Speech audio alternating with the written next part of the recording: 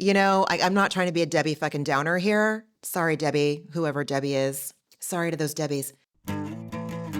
It's time to take A Therapeutic Dose, a prescription-strength reality TV podcast that explores the intersection of reality TV and therapy. Possible side effects may include entertainment, strong emotional reactions, and/or laughter. Here are your hosts, Ramona Ramirez and Margie McGee. Hello, everybody, and welcome to A Therapeutic Dose, where we meet at the intersection of reality TV and therapy. I am Margie McGee, and with me, as always, is my dear friend and co-host.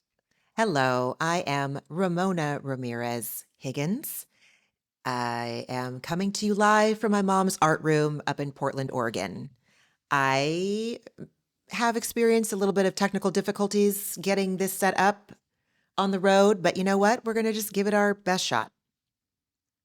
I'm happy to be here regardless. Tell you that. That's great. Yeah. I mean, and you just traveled today. What an adventure. You know me and traveling. I actually went to bed early last night for me, which was midnight, but I had everything done, or so I thought. Woke up, an hour before my alarm was supposed to go off. I'm so tired. Whatever, high-class fucking problems, but I'm a little loopy. I feel a little emotional. What else can I say? I'm just worn out. And leaving the house this morning was still stressful, even though I was prepared. So I don't know, man. It's just a lot to accept about, like, when am I going to get it? This is just how it is. Yeah, I think it's the second part. This is just how it is. Like, what if you never get it? What if you never have to get it? What if travel mornings are just hard? Yeah, It's like, you're right. You're right. when am I ever going to be dying to get out of bed and get to the gym? I've had like a few of those days of my life, but otherwise it's like the alarm goes off. And now I just expect it's like you are never going to want to get out of bed when the alarm goes off. You just aren't. So now I just expect that. And I spend 15 grumpy minutes shuffling around and then the day starts, Yeah. So I would love it if I was one of those people who like stretched and all the birds came and perched on my shoulders and we were Dressed you. ready for, yeah. But that has not been my story yet. But I can get into my day once I'm up. But why is bed cozier in the morning? God damn it. Why is like 6 a.m. the best time to be in bed instead of out of it? It's really weird. Is it, or is it just colonialism and white supremacy that tells us that we have to do that? See, that's what I swear to God, if you reframe everything in that lens, you're like, where did this concept come from? Who came up with this concept? Who was the one that decided XYZ was the way to be? I'm not saying we have to discuss that right now. I'm tired. I'm going off on a tangent. I'm just saying I invite myself to question concepts that I historically have used to judge myself with instead, and ask, where did that come from? Who gave you that message? You weren't born with that message. Where did that message come from? I think mine is anxiety informed because bed is cozier. It's less colonialism and more like, what if I get out of bed and ruin this day? Oh, That's the God. first thought that I have to like. But I mean, whatever. Again, it's like I'm responsible for my second thought and my first action. That is always my first thought. Like, oh, you woke up again? How are you going to ruin it now? And Oh, now Margie. there's very little. No, but I don't need to be pitied. It is It's that not pity. It's nothing, my it's heart like, breaking for someone who I love dearly. It kills me to think of you thinking yourself like that. Like, that's where it comes from. but that puts too much, it gives it too much credit. It's Got like it. it's just a dumb thought that is deeply programmed and wrong. And with all of my therapy and 12-step work and all that stuff, there's a very short time differential between that first thought seeming real and the second thought taking over of like, oh, right, no, just get up, start the day.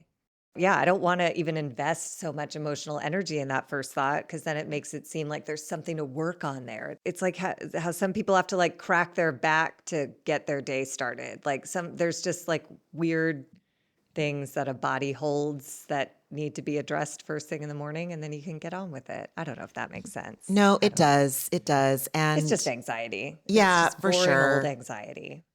And to use that acronym that we both learned in 12-step rooms, HALT. Hungry, angry, lonely, tired. I am so tired. I should not be listening to anything my brain says right now about myself or the world at large. You're right. I'm powerless over the thought. And then what I can do is say, Ramona, honey, you're really tired. And I feel like tired just amplifies everything. Everything. Anything I'm feeling is at a whole 11 if I'm overtired. So yeah, it's like, let me get 6 to 8 hours of sleep and like before I take any action on whatever my thoughts are. Yeah. So, yeah, I hear that. I think, yeah. Is there something going on like planetarily? Like Dude, I I don't feel know. Yeah, you want to know what's going on planetarily? Every fucking society on our earth is out of its mind right now. So we're collectively in a trauma. I'm not trying to be a Debbie fucking Downer here. Sorry, Debbie, whoever Debbie is. Sorry to those Debbies. Yeah, there's a lot going on inside our metaphorical homes and outside of our metaphorical homes. So all of the resources that we might have. See, I'm too tired to even be going down this philosophical stuff. I mean, that was me this is rewinding. what I love it. This is why the housewives have great value because Yes. for all of the real world stuff going on, we can boil it all down to 2 yachts. When Thank things God. get bad, everyone is all up in arms about being on 2 yachts. Oh my God. It's absurd. I was just there to look at how friggin' darling Kiki's bathing suit was and her little. Oh my God. See, Stephanie, that is a cute hair flip. What Kiki was doing, the little bow, that. Kiki was wearing her bow and her bathing suit. Stephanie's clothes wear her, much like Dorit. They're both play actors. I'm Yeah, going to come Kiki at was the rest of adorable. this from Place of Love. Yeah, she was so adorable. So adorable. Yeah. And I have to say, I was, see, am I objectifying Larsa Pippen if I also agree with Marisol that her butt is mesmerizing and I also, too, would like to just feel it? I just want to feel it. I just want to feel it with my hands. Like, what else would I feel it with? But just, it was a mesmerizing butt. Fake or otherwise, I don't give a shit. It looked, I was captivated. Oh my God. It's a work of art. She has put artists to work on it and they have done an good outstanding point. job. Yes. And I don't think it's objectifying because I think Larsa has created it to be admired, You're right. So That's okay. See? because I got skeeved for a second when the deckhand was like, that's why I like to help, hubba hubba. And I was like, ew. And then I was like, you know what? I bet Larsa is like, hell yeah, return on investment. That's the kind of 100. response I want. Totally. So great. Totally. All good. Totally. Okay. So let's get into it. Please. It's the Real Housewives of Miami. And because I knew you weren't taking notes today, I remembered to write down the title of the episode, so season sweet. 7, episode 8, Dueling Yachts. Like, quite literally. but- Okay. Mhm. Yes. But we start on the dock with Martina. Why did I write Marina? I guess because they're in a marina. Anyways, I don't know. Martina and Julia are standing on the dock, and oh God, here we go. Julia's still upset with Guerdy, saying it was so petty what she did at her party. And Julia is now also mad at Adriana for suggesting that Julia hash it out with Guerdy. But weirdly, Julia was like, I'm mad at Adriana for suggesting I hash it out. And then Julia reports she went back into the party to hash it out with Guerdy. So, okay. And she asked a reasonable question. She said, what was the point of doing this? Then she just talked over Guerdy. And Guerdy rightly noted, you're not here to listen, so you can get out of my party. And then she made a shitty comment about her sneakers being an insult to her cocktail chic dress code. Then Martina, missing the point entirely, defends designer sneakers. So here's how this episode starts. Julia's next line of attack is saying that she was completely confused how Guerdy could still be mad at her, saying, I apologized for the water. And that is not the same as giving the person you apologize to time to forgive you and time to trust you again. And Martina said she was confused by Guerdy using this moment to be petty like that. She got a clean bill of health when 20 years ago her diagnosis would have been a death sentence. And this is what she does at the event? I am so confused as to how someone could even think like this, especially someone who has also gone through cancer. So Martina is basically saying, oh, I had cancer. It didn't end up like it would have 20 years ago. So surely Guerdy doesn't have to be this way because it's not 20 years ago. I thought it was so wildly, it was foul. It was foul. Yeah, of course advances have been made, but she didn't know what was going to happen. I don't know. Am I crazy? No, but I feel like this Martina is a little bit saying what I was harping on last week of like, you survived cancer. Your family is Okay. recovering from cancer, and you are putting up text messages about dinner with Captain Sandy. I too am confused. I too feel like we've lost the thread. But this is why Guerdy is a housewife and I'm not, because she can survive cancer and also hold space for petty text messages about a Captain Sandy dinner invite, you know? I have a way to flesh out what happened, what we did not see. So it wasn't actually an event that technically had anything to do with Guerdy and cancer and Guerdy recovering from cancer. This event was sponsored by The Knot, and it was just a party. I don't know. I didn't bring it up last week, but I did notice some signage, some things that could have alluded to sponsorship somewhere in the room. I know that everyone at the cast was saying, this night is supposed to be about cancer. What is she doing? What is she doing? And Guerdy also sold it as a celebration of life. So she did. On she made a donation to a cancer charity. She did, but it wasn't a fundraiser that night. It was just a party that was sponsored by The Knot. Okay. So on their... that was not clear. Right. It wasn't because of fucking producers, dude. Okay? But so someone made some snarky comment on, I think, Guerdy's social media page. And The Knot, their official account, came in and said, this was a fucking party. It had nothing to do with cancer. We are confirming what Guerdy is saying, essentially. So I don't fucking know. Like, we weren't there. I don't know, but... what did Guerdy say? They're confirming. What did Guerdy say? It was not a cancer fundraiser. It was not a party to raise awareness about cancer. It was a party for, I think, obviously Guerdy's some sort of spokesperson or brand ambassador for The Knot, which would make total sense. She's an event planner and a fantastic one at that. It wasn't about cancer. I see how it's confusing because there was the check presentation, but it's like the people that sponsored the party. To thank Russell, right? And the 3 other cancer survivors. God. Like, I know. her focus in that, I guess, and you could be right, it could all be editing, but her focus in her confessional and in the episode, she invited people to a celebration of life. She donated, in her confessional, she talked about donating that check. At the party, she wept beautifully, thanking her family for standing by her.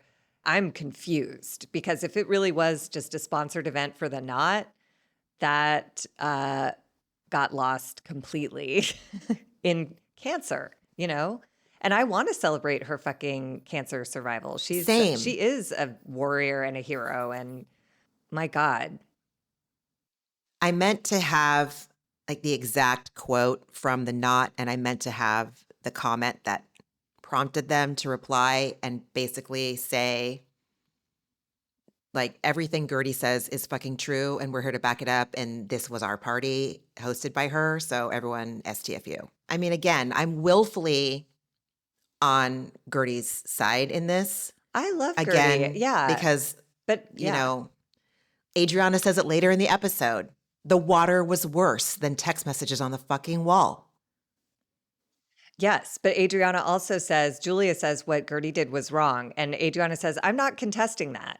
But what I am saying is that the other one was worse. And I think that to me is the right take. Because it's like, this was silly. That was a weird choice to do that. And Guerdy even seems to regret it later. She's like, you know, she clearly isn't like rah rah champion. I feel great. I made the right move and got what I wanted out of it. It was just, she was really upset and flailing and made a stab at something, and it had an impact. But, either way, we don't need Martina condemning Dude, Guerdy standing next to the woman who threw water in her face. Like, that's a challenging stage picture. So, oh well. they're both insufferable. I'm Those tired and kids are I'm not cute, in a good though. mood. I Yes, get it. the It's kids are cute. fine. The kids are cute. Yes, They the are. kids They're are real cute. cute. Mm-hmm. They are. Mm-hmm. Then we go to Stephanie and Lisa. I wrote at Stephanie's stupid castle.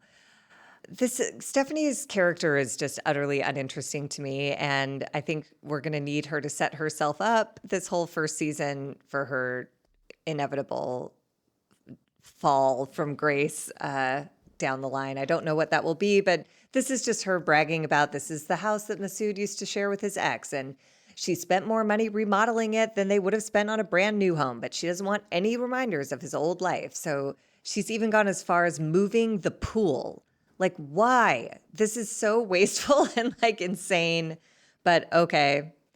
And then I got grossed out when she said that she wants a giant closet, wine cellar, gym, spa, glam room, and I want staff quarters to have their own entrance so they don't have to use my entrance. And I was like, Horrified, you're fucking disgusted. gross. Yeah, absolutely. Why do you fucking care, 100%. dude? A door is a door. Or am I just like so poor that only No. poor people say a door is a door? Good Lord. It's classist and disgusting. And if you're going to have help, like there's going to be people in your space. Otherwise, don't have a staff. I don't know. I was at my limit with Stephanie this episode. I couldn't with her. The house was so Persian that she thought a genie would come out. Are you fucking kidding me? Are you Girl. fucking kidding me? She's just Stephanie's gonna Stephanie. Yes. I'm not that gonna is the Stephanie. truth. Stephanie's gonna Stephanie. And then Larsa warns Stephanie against continuing to bring Todd up to Alexia. Stephanie says she's not okay with Alexia belittling her and putting her down, and says that she's never been to a good event with these women. And Larsa promises that this upcoming yacht weekend will be better, even though at this point they have to divide the group onto 2 separate yachts because everyone is fighting and the tension is so high that they cannot occupy the same 100-foot yacht. Like, it's just insane. They have to have 200-foot yachts. So that's what's happening. Kiki has a guest list. Larsa has a guest list. They called Marisol, who was definitive that she did not want to be on a yacht with Adriana. And so they've abided by that. And that will cause hilarious comedy in the closing act of this episode. I liked Larsa's confessional look. I loved the black velvet. I loved the rhinestone bows. Kiki knows the owner of the yacht club, right? Didn't she establish that last year? So Oh, yeah. I think she that dated him or something? I think so. Yeah. Simon, is that his name? Anyway, that's rad, man. On-demand yachts. Side by side, super yachts. Amazing. Yes. Then we head to Alexia's month-to-month rental mansion that she and Frankie are sharing in this interim time in her life when she just doesn't know what the next chapter holds. And Peter comes over, and I thought it was kind of sweet. He gives Frankie this big, long hug, and I do believe that he loves his brother. Like, I know he has lots of faults and flaws, but I do believe he carries enormous guilt and has a protective instinct for that kid. Maybe I'm wrong. I can't tell. Yes, I agree with you. I do I see tremendous love. I see a lot of love between Peter and Frankie. I really do. They love each other a lot. Mm-hmm. And I believe that, Yeah. Alexia says that Peter has been affected by the accident, and you can see it. You can see it. Yeah. Yeah. Yeah, but I mean, this weirdly gave me some empathy for them. So we find out that Frankie had been very ill and was hospitalized with diverticulitis. And I wrote in the notes, it now has to be controlled with diet. Shout out gallstones. Oh my God, no. Poor Ramona. That's fine. But Alexia and Peter, and I believe this, that they both experienced PTSD seeing Frankie in the hospital. And apparently Peter immediately broke into tears walking into the hospital. Like that prior injury came rushing back to both of them. And the hospital is not a safe place, and certainly not when Frankie's the patient. And Alexia then reflects on how much Peter has been through, Frankie's injury, his dad died, all these bad decisions he made in his life that kept Alexia from assigning Peter to be Frankie's guardian after she dies. And Peter, to his credit, says, I would not have assigned that responsibility to me either. But now he's 32 and Alexia sees him as more mature and expects that he will be responsible for Frankie when she dies. It's rather morbid, but also somehow kind of sweet. Okay, so I don't have Alexia all figured out. I can sit here and think that I do. She just enables him. She enables him. She coddles him. She coddles him. She had enough knowledge to know, you're not going to be his guardian. Shall that decision have to be made? And the fact that he agreed with her, okay, all right. I acknowledge it. Mm-hmm. Yeah, and part of me wonders if I can't imagine what it's like to be Peter in that situation. And I feel like that kid should have been rushed into intensive therapy. And I wonder if a lot of his acting out and weird behavior is survivor's guilt or some mess of that. Because I don't know. I believe what Alexia said about their relationship as kids, that even though Frankie's the baby, Peter looked up to him. And then Peter made a decision that had an impact that is irreversible. And I don't know how you live with that. That would be I don't know very how I would challenging. live with that either. I really don't. I probably think I would. would I was do going to say, cocaine all the Ramona, time you as well absolutely know what for you a would while. do. You would shop, you would do drugs, you would drink, Yeah, I would do any probably drug some to other not things. feel Yeah, it. absolutely. Yeah. Absolutely. Yeah. Yeah. For sure. Yay. Then we get to see Nicole. Dr. Nicole makes an appearance. Guerdy and Dr. Nicole have lunch.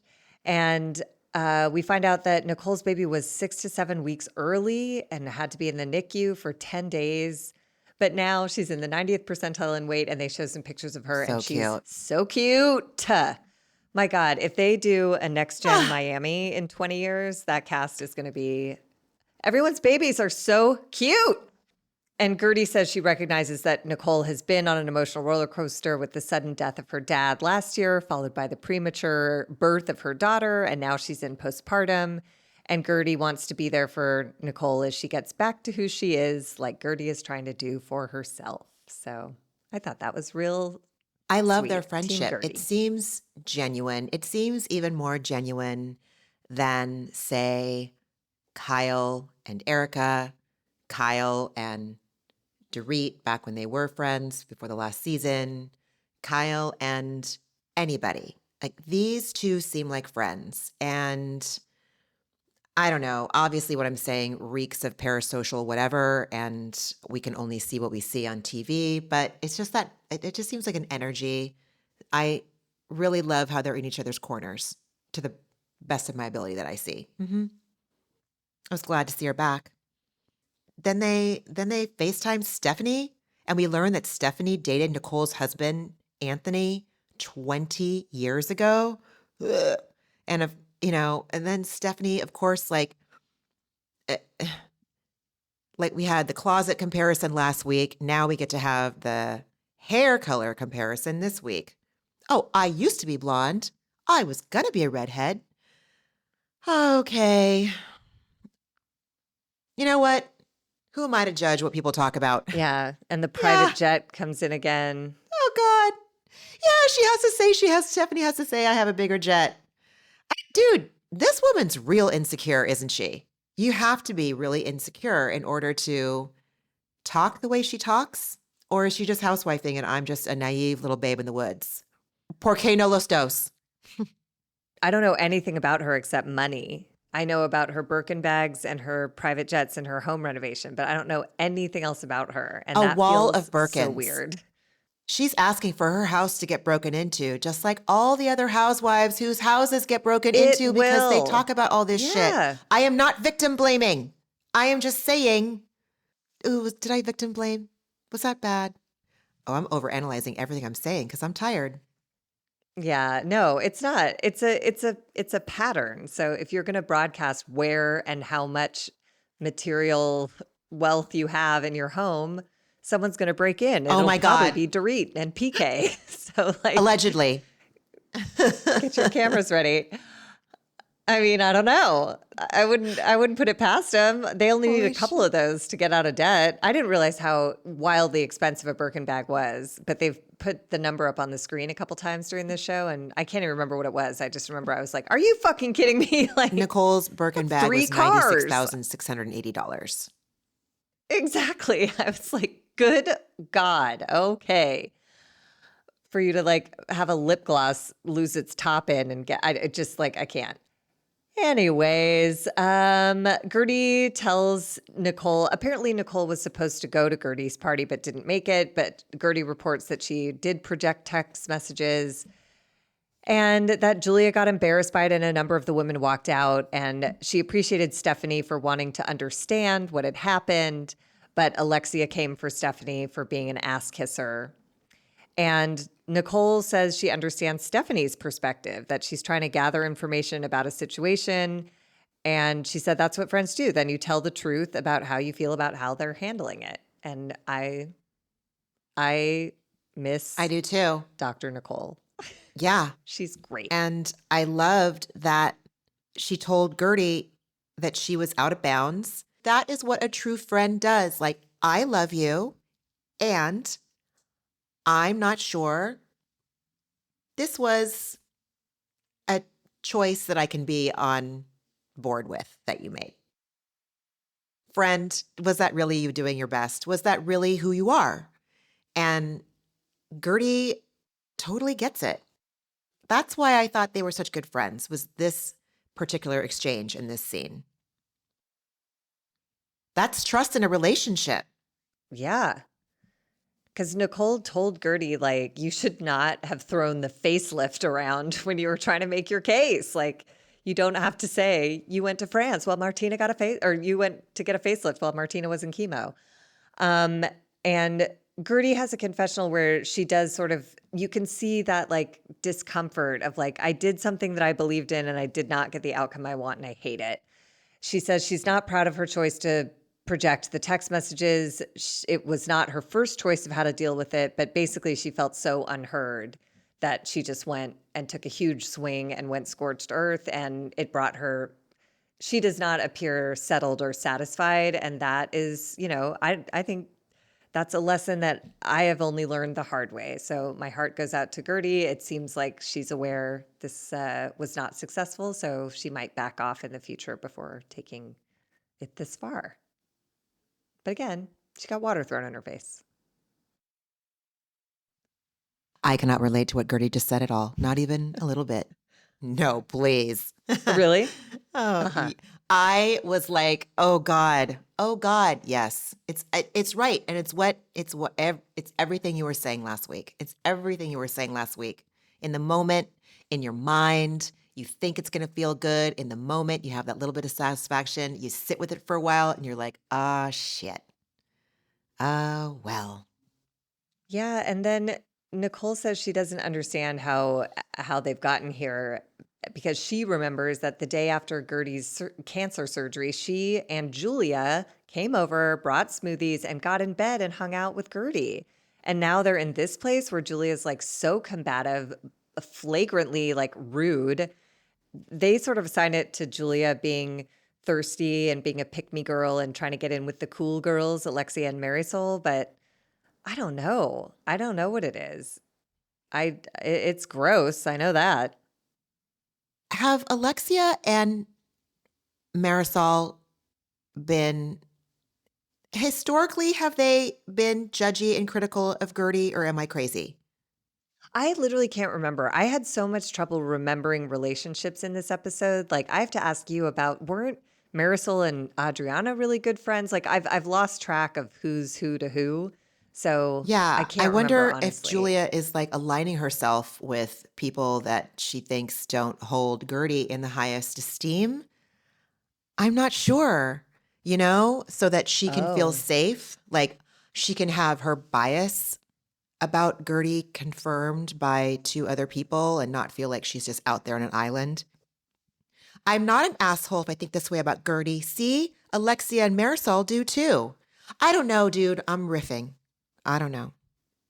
No, you're probably right, because something isn't like Julia doesn't seem settled either. You know when you like know that you are 100% embodying your truth and you're completely clear on what you think and what you believe. And even if you're rattled and bothered by how other people receive it, it's like, no, but I know this, I'm an immovable force. I know I'm standing on solid ground here. Julia doesn't seem like that. She seems like she's still campaigning for approval and teammates and all this stuff. It feels floppy and desperate. Whereas Guerdy, even though she has made a couple weird choices, she's like, no, but I'm clear that like I'm in the right.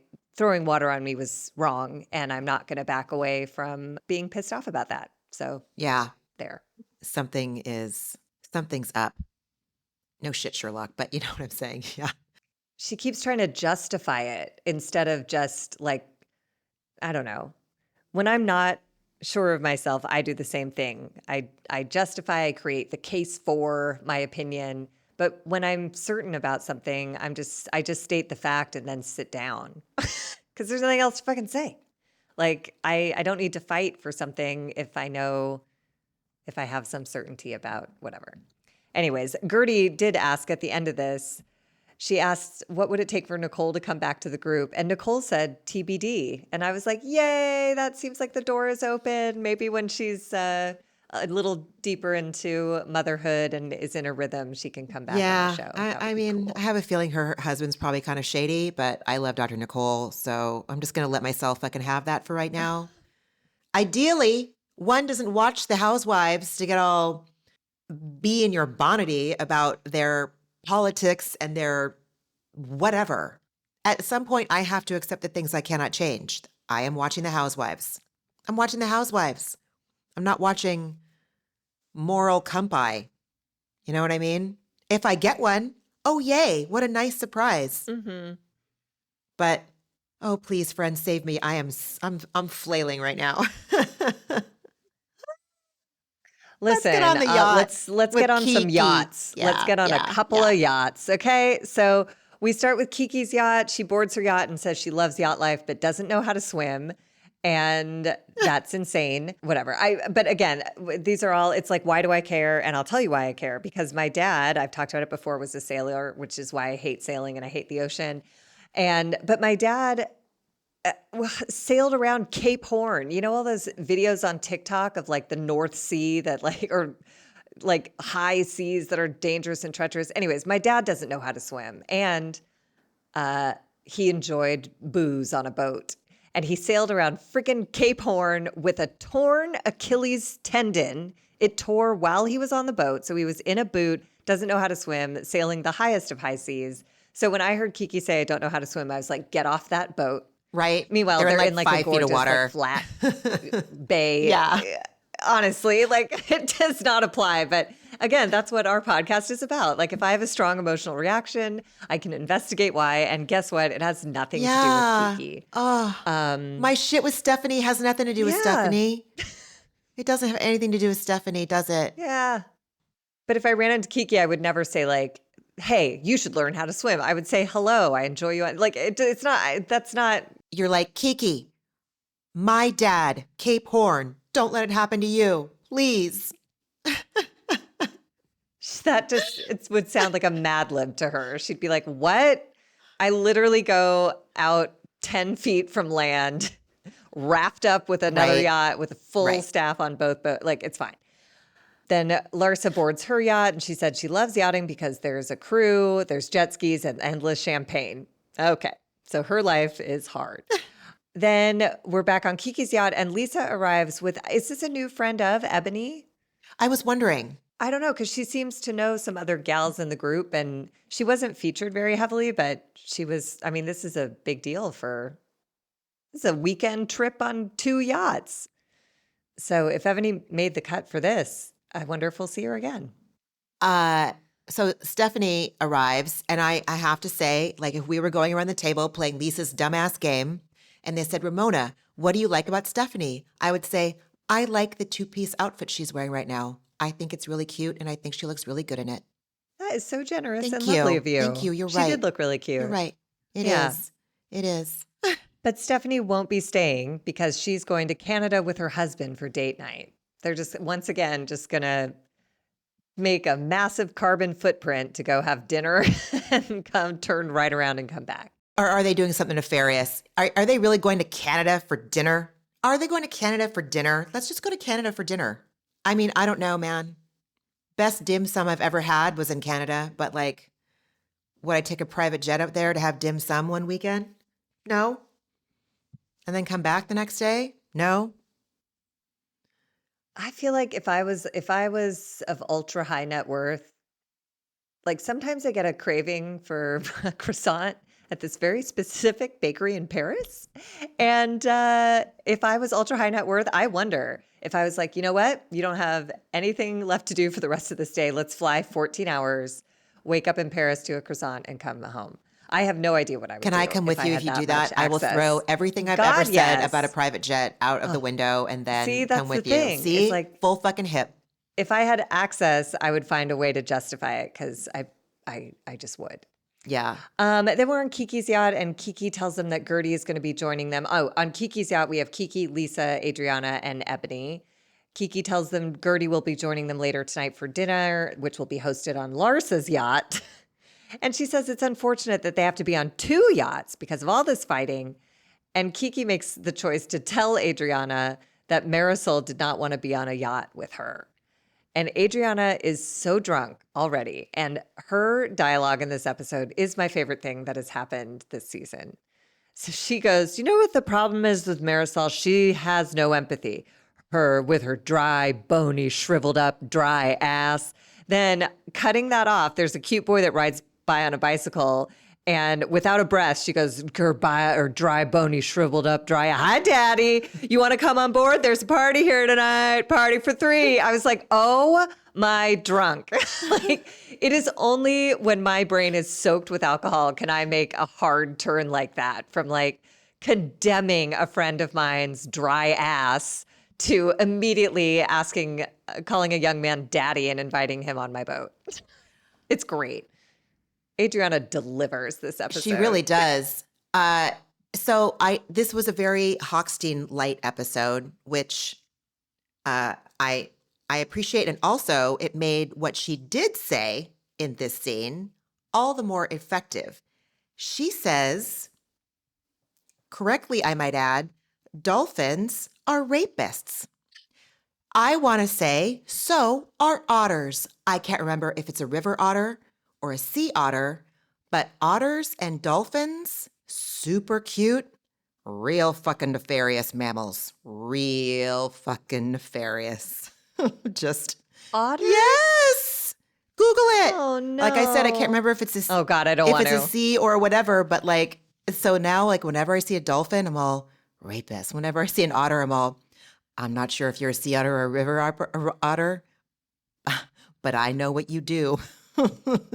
It's crazy, dude. It's weird. I didn't like learning that. I didn't appreciate it, and now I can't unlearn it. And so when Lisa said it, I was like, oh shit. Well, and then Ebony confirms it, and she's like, oh, dolphin rape is a serious thing.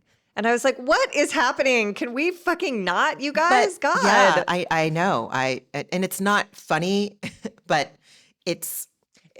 But it is. But it is. The phrase dolphin rape. That's what I'm saying. Is, again, it's a Mad Lib, and it's like, okay. Yeah. But I did, during the pandemic, when we were at, like, some friends and I, we would gather on Zoom or Netflix. What was that, like, Netflix group watching feature that they had during the pandemic?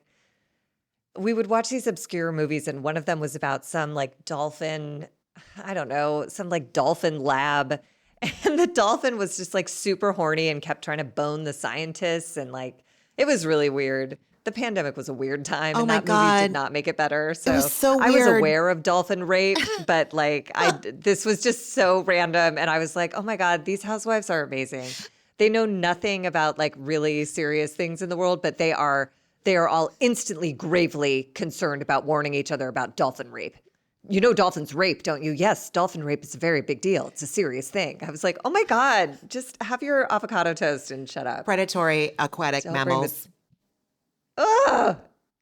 And then, so after this 5 seconds of individual yachts, the yachts pull side by side and raft up. They tie to each other. So it's like, okay, this was dumb, but whatever. And then Adriana notes to the group that she's drunk already. She goes, I better eat. But immediately just continues bashing Marisol and goes, Marisol, the ringleader with her damn dry knees, does not allow people to make their own opinions. She said opinions, but it sounded like penis. And I was dying laughing. And I don't love a drunk. When Sutton gets drunk, I get pissed off. But when Adriana gets drunk, I was dying laughing the whole time. It's so crazy to reconcile the two sides of Adriana. Not that they're even two different sides. When I said two sides, I'm like, no, that's not. She's got one and a half sides, but she studies psychology. She's so smart. She can say things that are so articulate. You'd think you were hearing it from a therapist.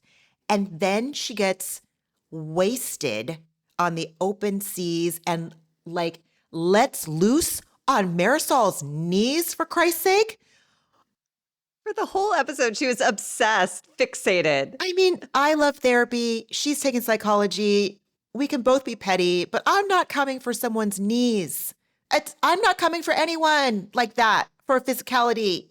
It's like, it's low-hanging fruit. Adriana, you're better than that. But she's also not. But she knows that. That's why I loved her the next morning, where she was like, oh dear, whoops, Yes. That was a disaster. Like, that's what I kind of loved about the whole arc of this, is it was this relentless wrinkly knee tirade for 12 hours or so. And then the next morning she was like, well, I hope today goes differently, because that was not great. And then she says about Marisol, she's like, the fake Birkin bags and cubic zirconia rings will not absolve you from the evilness of your soul. It was so weird. I was like, oh my God, you are literally lost in the sauce. And I love it. What does Adriana know about Marisol that we don't?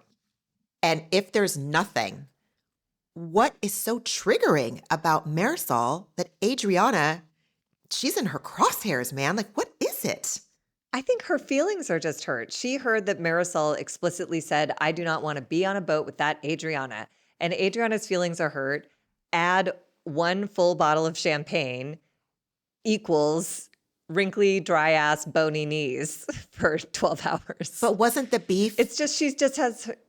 What? What wasn't the beef like before this though? Because for Marisol not to want to be on the boat with Adriana, did I forget something that happened? No, they give us like a flashback of Marisol saying like, she's always coming for me, but it's nothing. There was like a moment where she kind of sniped at her on the narcissist party bus, and I don't know what their deal is. And weren't they like the best of friends, like back in the Mama Elsa days? Weren't I don't Adriana and know. Marisol like an inseparable pair? I can't remember. Sorry if I'm getting my canon wrong, but I felt like there were, but I could be mistaking it. Maybe it was Alexia. Who knows?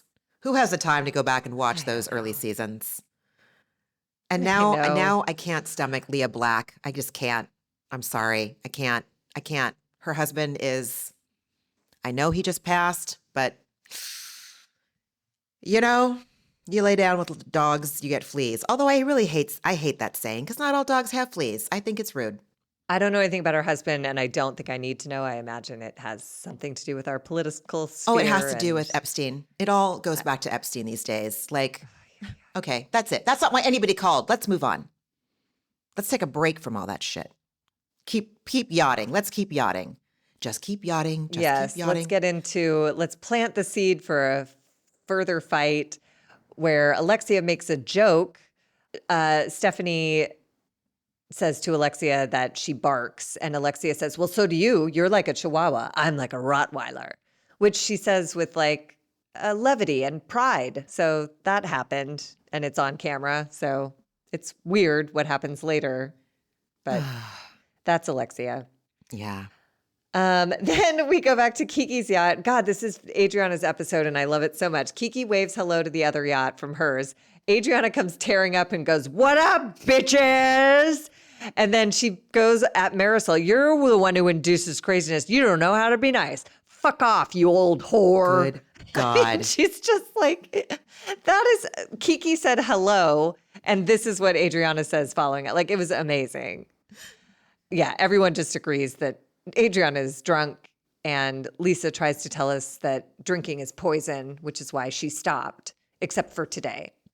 And then they show her taking a sip of a cocktail in her confessional, and then we cut back to the scene on the boat where she is also sipping a cocktail. So, okay. I just looked to the wall next to me, like thinking I was looking at someone else, going like, do you hear this? Do you hear this shit? Do you hear these ridiculous people that we're talking about and what they say? What? It's amazing. I know. It's incredible. Yeah, this was a good episode. Honestly. And then we have Stephanie's tender arrives to take her back to shore. And then we cut back to this weird camera angle. Clearly, Adriana was in some weird part of the boat, and the camera crew followed her there to catch her screaming at the yacht staff. She goes, they lured my best friend in there because she's trying to be with the cool girls. One day she's going to realize they're not cool girls. They're like mean girls. And the staff is just like, okay. Like, oh my God. They just are sort of staring at her with their mouths half open. Like, what is this? Oh my God. And then Stephanie says goodbye to everyone and boards her tender to leave this party as Adriana yells now directly at Marisol, get plastic surgery on your bony knees because they need it. Your wrinkled knees. Oh my God, It's just dude. insane. It is so Relentless. she's going to be 60. Come on. Stop it. Adriana, at least if you're going to go for Marisol, like, do it from your, she's so fucking smart. She's so smart. She speaks so many languages. She's working on her 3rd degree. She's smart and cultured and obviously contains multitudes because my God, what are you doing? Don't do that. Don't be misogynistic. Like fuck someone up, fine, but don't, that's low. It's so lazy. It's lazy. It's drunk. It's like I can almost relate to what's going on with her. Like, I've been in this position too where I'll have a really clear thought, but if I'm drunk, I can't get it out right. So I'll just keep trying. Your bony knees, your wrinkly knees, your plastic surgery, you have a dry ass. No, your knees are dry. No, your butt is dry. Like, they're in my head. It's like this laser focused insult. But when I'm drunk, all the words come out in like a pile and I have to sort through them to be like, wait, I want this one, not that. No, not that one. And it's just a mess. And so I think Adriana's just spending the whole day trying to get out the one thing she's wanted to say since she sat down with her first glass of champagne. Oh, It's so sad. Adriana. So Marisol says she sees me and something sets her off. She was an asshole to me at the narcissist party and she keeps snapping at me. She's an asshole. Take it to the bank. No lies were told, I guess. Like, Oh, God. Then we head into this James Bond sequence, which did nothing for me. I was like, wow, here's some really just filler. They all talk about their Bond girl names. They're not interesting or funny. And then the girls come and attack with water guns. Marisol is humorless about it because Adriana is part of the fun, and Marisol is not interested in Adriana having any fun. And Adriana calls Marisol the Wicked Witch. The minute you spray her with water, she starts melting. God. And she's just absolutely wasted. They're squirting water guns in her mouth, and she's like tossing her head around like a porno. Like, she's she's at the bottom of that champagne bottle and it's all the bubbles and booze are hitting and this is what we're looking at. So there you go. Then Adriana and Julia go for their little chat, and Julia asks Adriana, why didn't you stand up for me at Guerdy's event? And Adriana said, well, somebody needs to mediate. Julia says, what Guerdy did was wrong. And Adriana says, it was wrong. I am not condoning it. She was weirdly lucid in this moment. She was, wasn't she? I wonder if did they tape it before did they edit this in? No, What? because remember they sat down in the cockpit and she goes, why are we so far apart? Why are we so far apart? And then Julia goes, why didn't you stand up for me? And Adriana drops in and she's like, what Guerdy did was wrong, but Right. I'm not condoning it, but who's going to bring sense back between you two? That is what she Yeah. said. So that is, her words are getting away from her a little bit, but her intention is clear. I mean, why are we so far away? Woo! Literally and metaphorically. You're like, no shit, Ramona. I know. So does everybody else know. So does Rose. So does Blanche. Okay. Yeah. So Julia's like kvetching about how Guerdy has wronged her, and Adriana kvetches about how Julia didn't defend her against Alexia and Marisol. And Julia said, I needed to understand where they're coming from. And Adriana says, that was the same I did, baby. Like, hello, yeah. See, in that respect, yes. I really, I'd be behind Adriana going, Yeah. yeah. It's just, it's full hip up in this bitch.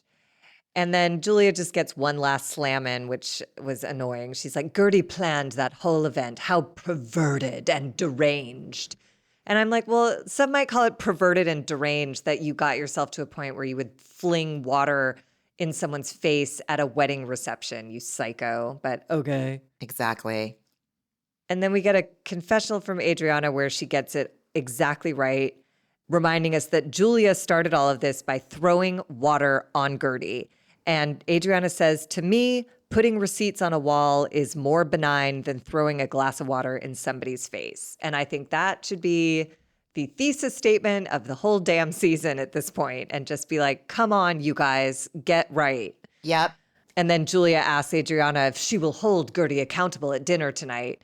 And Adriana looks pissed off and just kind of walks away, because that's an obnoxious thing to ask someone. Don't assemble teams.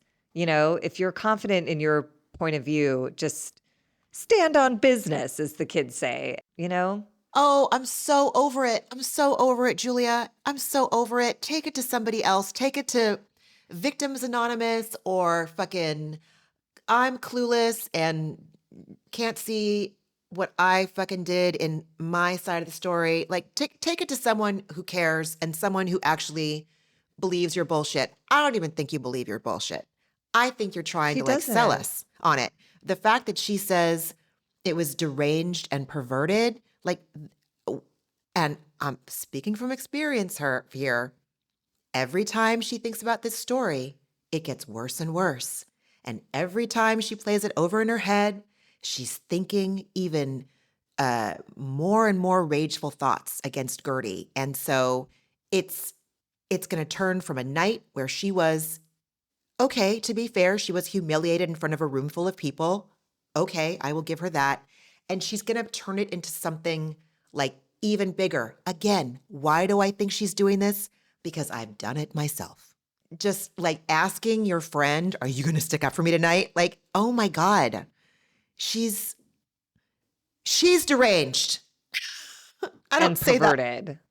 I don't say That's that a about people. perverted way to try to have an like, argument. Exactly. Just either, believe in your take and let it be, or just, I don't know. It's weird. I know. It is weird. Then we have Guerdy's arrival in her Barbie pink pantsuit She for looked her dinner so on beautiful. Lars's yacht. She looked great. Mm-hmm. And Adriana pours herself a drink from like a nearly empty bottle of Tito's. And then later she's like trying to open a bottle of wine. Adriana's just tying one on. And Kiki has chosen a chef who will give the girls a taste of Haiti, and everyone is thrilled with the food. It looked really good too. Then we get this again, this like gross confessional from Julia where she goes, Guerdy's here. I'm so happy. She's da, da, da. And then the producer, in a tone like my own, sounding kind of over it, goes, you're not a liar. I'll give you that. It's like you're a bitch on all other fronts, but like, I guess thanks for not lying. When they said, I'll give you that, I was like, see, everyone's on to you. Julia, come on. No one's buying your bullshit. Mm-hmm. Anyway, oh God. And then Hochstein comes in with, of course, a game from the Housewives playbook, Housewives 101 group outing. Let's start some drama. Let's say positive things about each other. And Adriana starts. She says she likes Marisol's fashion sense and that she's loyal to Alexia like nobody's business. I can see both of those things. I like Marisol's house. I do like her outfits. I think she's a darling little housewife. I think she is the Sutton of the southeastern seaboard, but without Jekyll and hiding. She's just whatever the fun one is without being a Sutton. You know what I'm saying? So Marisol struggles to reply to that. And we see flashbacks to Adriana being cunty to Marisol. And Marisol lands on that she likes that Adriana plays the piano. I think they did a good job fulfilling that assignment. They really did. Totally. And Guerdy is so lovely. It's her turn to praise Julia, which she does for her compassionate heart, especially for embracing these two new children and giving them the opportunity for a great future. I thought that was so generous. Absolutely. And so like in the spirit of like, let's just have a nice dinner. And then Julia's Julia, face though, when she's just like, when Guerdy's saying these beautiful things, there's no like softness. There's no like softening of her shoulders or kind of like even like relaxing, like, oh, that's it. She's in it. She's in her story. There is nothing that Guerdy can say is going to get through because she doesn't want it. She's now like getting high on her own supply of just villainizing Guerdy. I have no idea. What that's like. I have no idea. Yeah, it's like I spotted, I got it. I know what it's like to be intent on having conflict and having a fight, Totally. And it feels like Julia's only there for that, as she has been in all these other, like as she was when she walked back into the party. She didn't ask Guerdy what was the point of that with any real interest in gathering information. She's just there to like poke the bear. Martina, I hope you stay awake when I get home. Martina, oh, please stay. I hope you're awake when I get home. She's just so lame. But I appreciated how this played out because I think whether or not anybody gets it right, at least all the information is out on the table now. So Julia starts by saying that Guerdy throws great parties. And then she goes, I also appreciate how you honestly share your emotions without I can't hide my emotions. And then she veers into how she thought they were moving forward. Guerdy says, we were, but you hurt me when at the narcissist party, you aired our dirty laundry after telling me that we were not going to do that. And that led Guerdy to feel that she had to react in the manner that she did. And then Alexia and Marisol, oh my God, Alexia goes, nobody here thinks what you did was okay. And Marisol, nobody, it's horrible. And Guerdy basically says, I'm not saying sorry for it. And we get a confessional from her where she says, basically, this was a trauma-informed response.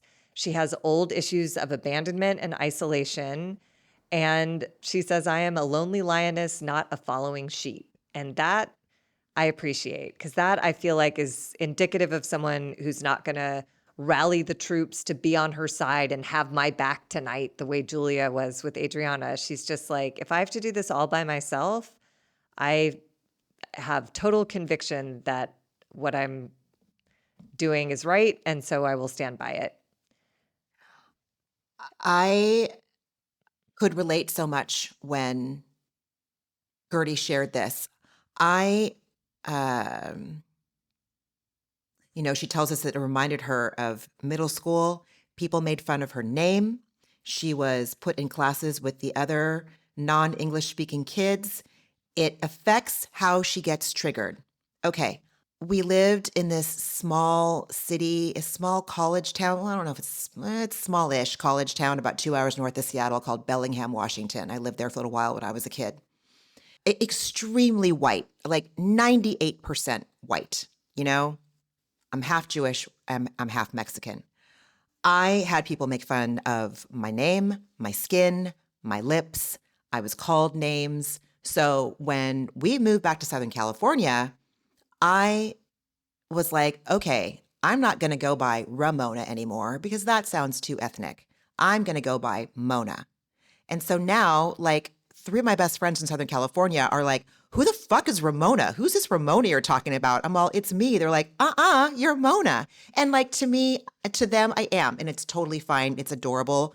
But when I You were look Mona back, when I met you?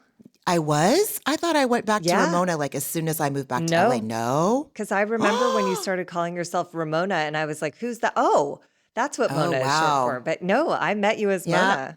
Mona. That was me Yeah. assimilating and code switching and hoping I would be more Mm. accepted because I too felt isolated and embarrassed and shamed and picked on and all of those things. I felt so othered by many things, apparently, by other people that felt the need to say stuff. And it was hilarious when people started blowing up their lips, because that's what I got made fun of, like mercilessly for. It's disgusting what people said, mostly boys. Anyway, so I really felt Guerdy 110%. Trauma-informed response from old issues of abandonment and isolation. Fuck yeah, dude. I am a lonely lioness led a following sheep. I told myself many times, like, yeah, I am a rock, I am an island.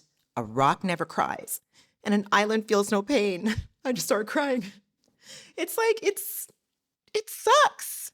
You have to toughen up. You have to okay, I'm not going to say you. I'm saying coping skills, man. That's what they came from. Guerdy's came from a very similar place that mine did. I'm Yeah. tired. I'm tired. I don't want to say I'm over emotional because that sounds mean, but my lack of sleep is informing my emotional response right now. And that's okay. It is. And because it is legitimately emotional. And I think that it's like pretty profound that Guerdy, who hasn't had a ton of therapy yet, is plugged in enough to acknowledge that, like, yeah, I understand that what I'm reacting to is based on something born long before I met any of these people, but these people are bringing this up in me again. And she reminds Marisol at the dinner that Julia assaulted and screeched at the top of at her lungs at your wedding. That was the wedding. Marisol's wedding party is where Julia dumped water on Guerdy, and what she was yelling. She made a whole friggin' scene. And then Julia tells us that she's disappointed in Adriana because Adriana's at the bar struggling to open a bottle of wine when Julia, I guess, thought she had successfully recruited her to come be her attorney or something. I don't know what she expects of people. What does she I don't expect either. Adriana to do? To be like, everybody shut up. Julia's right. Let's party. What do you Right? want her to do? What are you And even also, asking for? Julia, you know what? Make your bed, lie in it. If you're so fucking convicted to what you're doing, you don't need anybody else's help. Or if you do, just ask for it. Just say, like, Adriana, I'm having trouble. Can you say this in a different way to communicate? I don't know. But don't just pout and be I don't know. She's just like a pouty little A monster. victim. Oh, Yes. ugh, she's annoying. Go stand on your yacht with your Chanel sneaker wearing wife. Ooh, burn, Ramona. Then Alexia says that she worries that Guerdy could do the same thing that she did to Julia, projecting private text messages. She might do that to her. And Guerdy's like, okay, well, if you're worried about that, are you also worried that Julia will splash water all over you at an important event? Like, what is wrong with you people? Like, God. And finally, it basically just boils down to Guerdy directly asking Julia, again, in the most like measured tone. It's so graceful, and I applaud her for keeping her freaking cool through this. She asked Julia if they should have a private conversation so that they can discuss any points that Julia is still stuck on. And Julia, does her dramatic, the way that she agrees to saying like, yes, yes, a private conversation. But right now my feelings are too raw. We'll have Oh, to give blow it me. time. And yeah, exactly, which is Guerdy's subtext when she goes, absolutely. But you can just read the blow me behind her eyes. And I was like, yeah, that. Guerdy, dude, I don't even believe that you still want this friendship. If I were you, I want better for you. If I were you, I would move on. You've got Dr. Nicole, you've got other friends, you've got Russell and your boys. You don't need Julia. Julia can, she's a real good friend to goats. That's where her strong suit lies, okay? You're better than her. Oh, God, Margie. I just said you're better than her. Okay, here. How can I reframe this? I can say, Guerdy and Julia are probably not meant to be friends. Maybe their friendship isn't going to serve one another. I don't know. That's the best I can do right now. No, I think Guerdy's just trying to neutralize it. I don't think she has any Yes, designs on yes. friendship with this woman anymore. I do think her cancer experience gave her perspective on that, but it's exhausting to be in a room with someone who's actively spending their energy hating you. So I would do the same thing. I would be like, let's sit down, yell out all the points that you want to make until you're done, and then we can just ignore each other.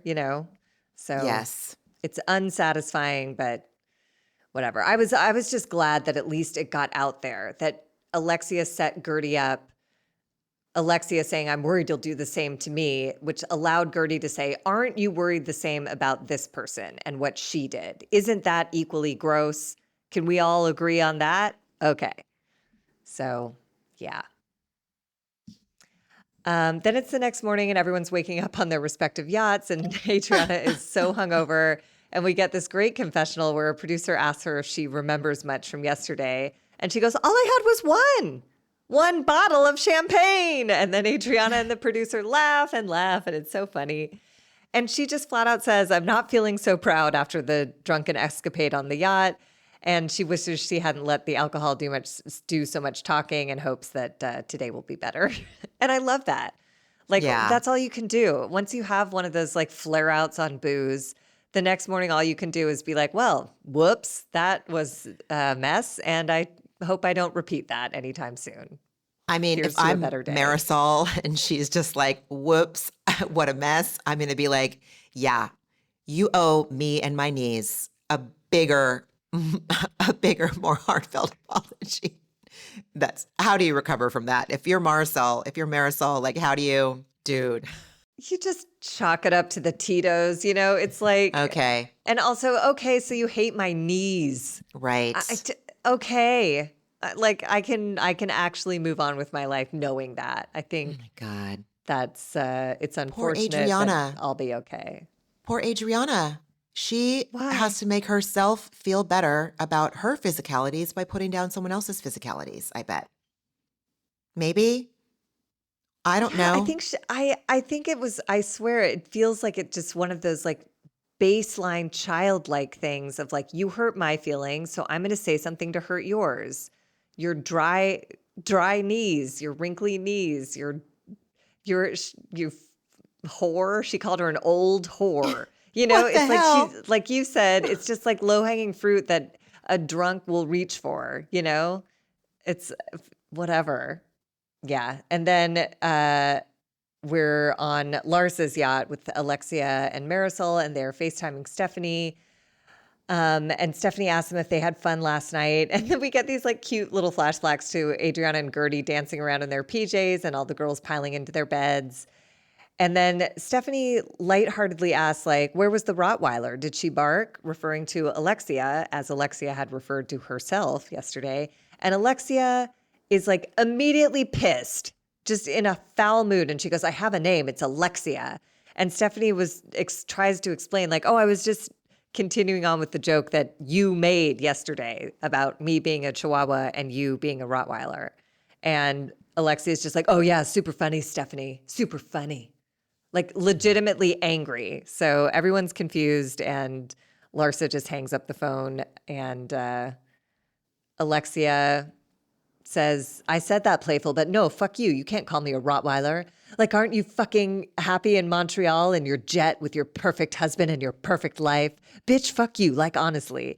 And I think Larsa gets it exactly right where she says people in this group are jealous because I think that is what it boils down to. It's not about Stephanie calling her a Rottweiler. It's about Stephanie having the life that Alexia felt entitled to and is not going to materialize with Todd. Yeah. Even if they do get Yeah. back together, she will never be taking a lighthearted trip to Montreal for dinner. So, Oh, God. Wouldn't want to trade places with any of them. With any of them. yeah. But I'd like to hang out with Guerdy and Kiki and Dr. Nicole. Yeah. Yeah. But yeah. And as much as I love them, I still don't want to trade my life with anybody. So that's a good thing. That is a good thing. Yes. But especially not Alexia. Sorry, Alexia. You probably don't want my life either, you know? Anyway, again, I'm tired and I feel very self-conscious I feel like I'm not my best self. I am not my best self. And that's okay. Well, Not and every day we are our yes. best selves. Right. I don't feel my best self either. And we show up anyway. Like that's, You're right. that's You're what it's right. all about, man. You're right.